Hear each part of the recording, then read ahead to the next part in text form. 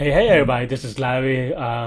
This is, I guess, day 13, but I'm doing an extra premium problem because today's problem was a repeat. I'm also taking requests, by the way, so if you want to leave in the comments for, say, tomorrow. A problem that I haven't done before, at least I don't have a video for. If I already have done it, then, I mean, I'm not going to do it again because that's the point of this. But definitely if you have or it doesn't have to be premium, just a problem that I haven't, have a video on or solved yet. And yeah.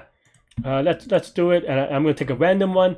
Today I'm still not going to do database or concurrency just because maybe not even shell. I don't know. There's a lot of random stuff, but keep it stick to algo is my point.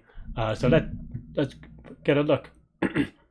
And today's premium problem or random problem is 2052 minimum cost to separate sentence into rows.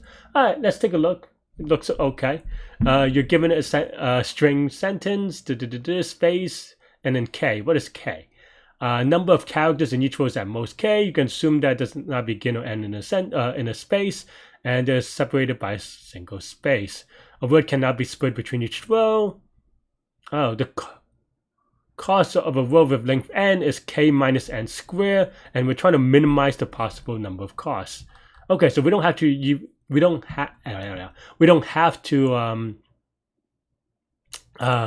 the actual split sentence, but this is this is a medium these days. That's kind of tricky.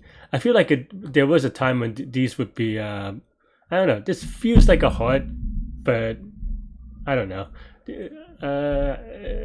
things are getting harder these days anyway. But I think this one thing that I would say is that my hunch is going to be dynamic programming, and as such I should look at the constraints, and the constraints are 5,000 square. In Python and dynamic programming, I mean, I don't know that I have a 5,000 square or n square solution right now, to be honest. That's not how far I'm at. But my first thought is dynamic programming. And in general, if I'm doing dynamics programming, I'm thinking about an n square dynamic programming, unless I have a very straightforward O of n dynamic programming. But and there are not that many O of n dynamic program. I mean, I don't know how to say it that way. I mean, there's some pseudo-linear as well, but I just mean that, like, a lot of them are well known, at least to me. So so I'm thinking about n squared to even think about dynamic programming. Though this is very obviously dynamic programming, though. I say that just with experience and nothing else. And the idea with this function, the penalty function, the K minus n squared, is to, and except the last one, is to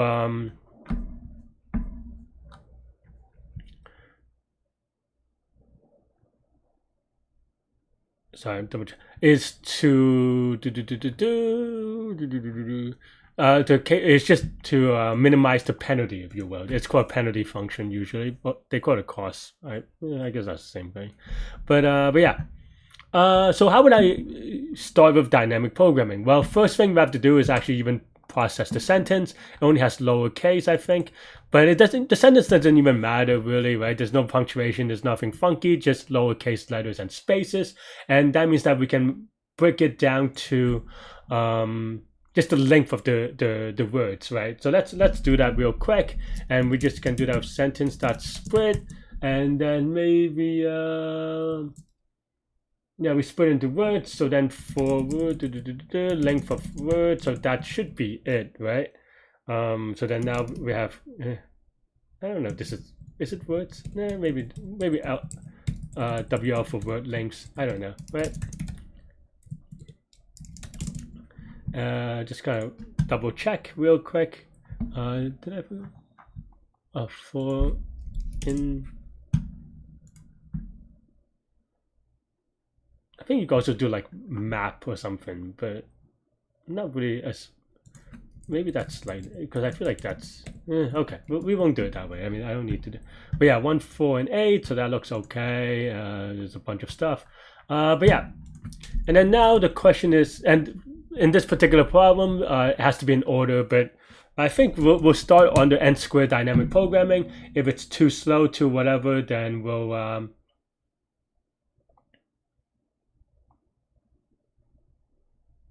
Yeah, I mean, it might not be a tight n square in the sense that n is 5,000, so it may be a little bit better because in a way, you can almost say that the most, let's say you have one character and one space, so the most number of words is going to be half of that.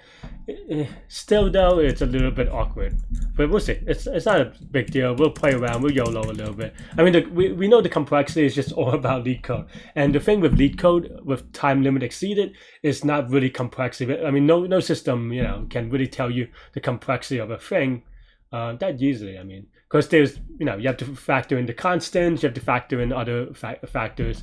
So what they do, which is different from a lot of other judges, is that they take the sum of the execution times. That means they run like, I don't know, 100 test cases, and then they sum up all that time. And then if it takes longer than 10 seconds or whatever, then it would run out of time. But which sounds reasonable until you think about, well, like you just don't know the composition of those test cases. And also it does mean that there's no way for you to test whether that it's going to be time limited before submitting it, right? Because if you pick the worst case, if you found the worst case for this problem and you test it locally or you test it on this, web UI, it doesn't matter, right? It will still be, it could still time limit exceeded without any further ado. You'll just be like, oh, sorry, you took too much time, right? So yeah.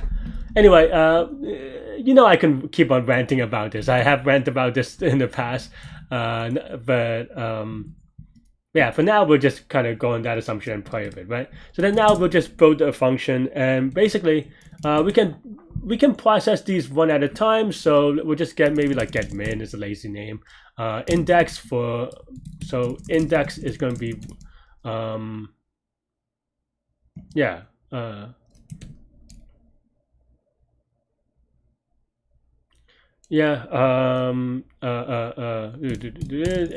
Index to process, right? Basically, we have to finish the suffix of this WL. And I think right now there are two ways we can think about it.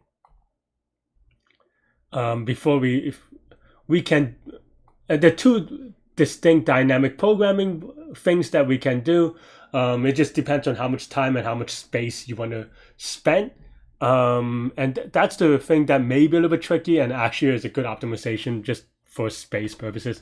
And space and time kind of runs together, but one big thing about it is that it still takes time to allocate space, even though it might not seem like it. So and in Python especially, it sometimes gets to be a thing, at least Python on Leetcode. In the way that I don't know how they structure things, but yeah, the two ways that you can think about it is doing it one at a time, right? Like one word at a time with another parameter to keep track of how far along on the current line you're in, and then the other way is just doing it one line at a time, starting from the current index. I think for today, for this problem, it makes more sense to do it one line at a time, just because, like I said, n square space is a little bit sketch. I am definitely a little bit worried about it, but we can play around with it later if I'm not feeling lazy, which I'm not gonna bet on it. But yeah, and in both cases, it's gonna be n squared because, my thing is that for each line, how many words can you fit? Well, I can fit n of them in or close to it, and you just kind of quote unquote brute force try everyone and then use dynamic programming on it, right? So yeah, so let's say if index is equal to n, then we're done. So then we return 0 cost. Otherwise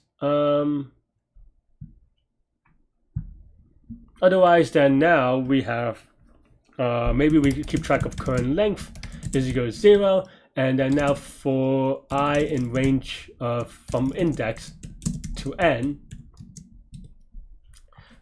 basically we want to add to the current line words from index to I inclusively, right?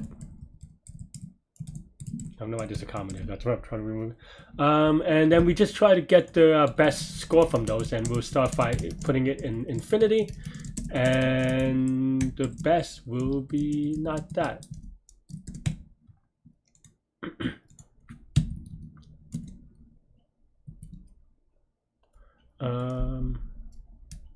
Yeah, so now current length.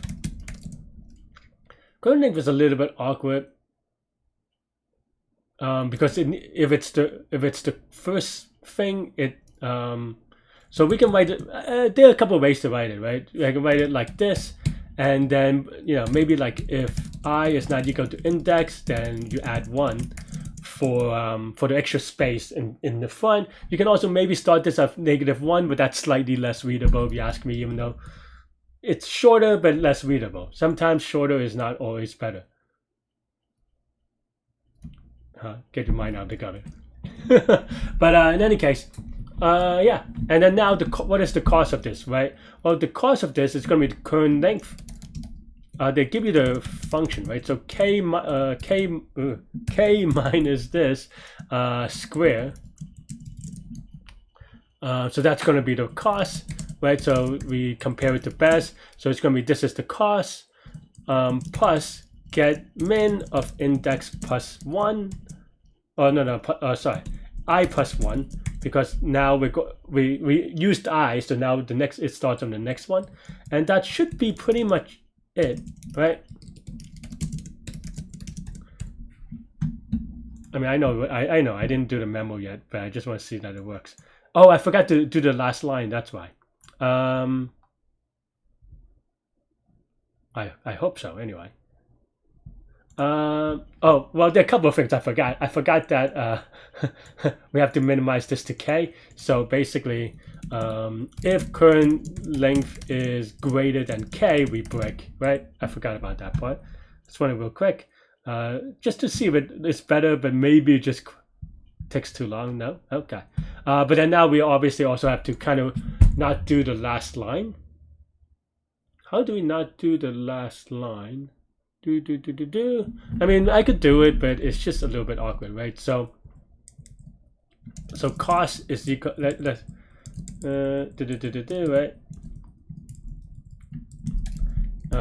If I plus 1 is equal to n, that means that's the end, and cost is equal to 0, something like that. But it's definitely still very ugly looking. But yeah, now at least it looks like it works for examples. And well, the next thing to do. This is not a hard, but it is definitely, if this was a hard, this would be a little bit on the easy side, but it's still, I don't know if it's a medium. I don't know. These days, difficulty inflation is ridiculous. But yeah, of course, the next thing, if you've been a long time viewer, you'll know that I like caching this stuff. And so we should cache. We have two things. The way that I like to write it is like this.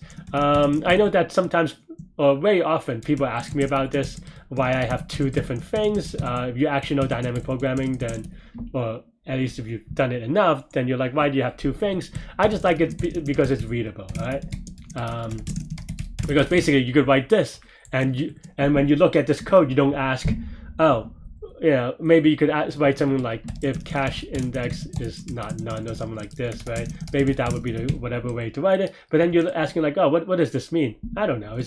For me, it's not as readable, and I consider it a premature optimization. Though you could, I mean, you could do whatever you feel like. It's my preference for teaching, but and also, to be honest, on real competition, I would not do it, but I think this is slightly more readable, right? I don't have to I don't have to explain in theory. I can just show you the code and you'll be like, this is that. And now the moment of truth, does it time out? 3 seconds, so it doesn't time out. Not great, but doesn't time out. A little bit slower than that. Is still better than n square? I don't know, to be honest.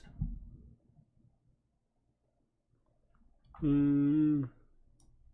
don't know. I mean, my only other guess may be something with binary search, but I don't know.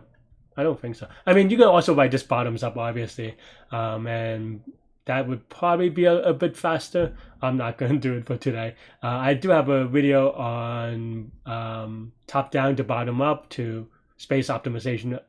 So definitely check that out. Yeah, though I don't think there's space optimization on this one. But yeah, that's all I have for this one. Let me know what you think. Yeah, stay good, stay healthy, to good mental health. Have a great weekend, everybody. I'll see y'all later and take care. Bye bye.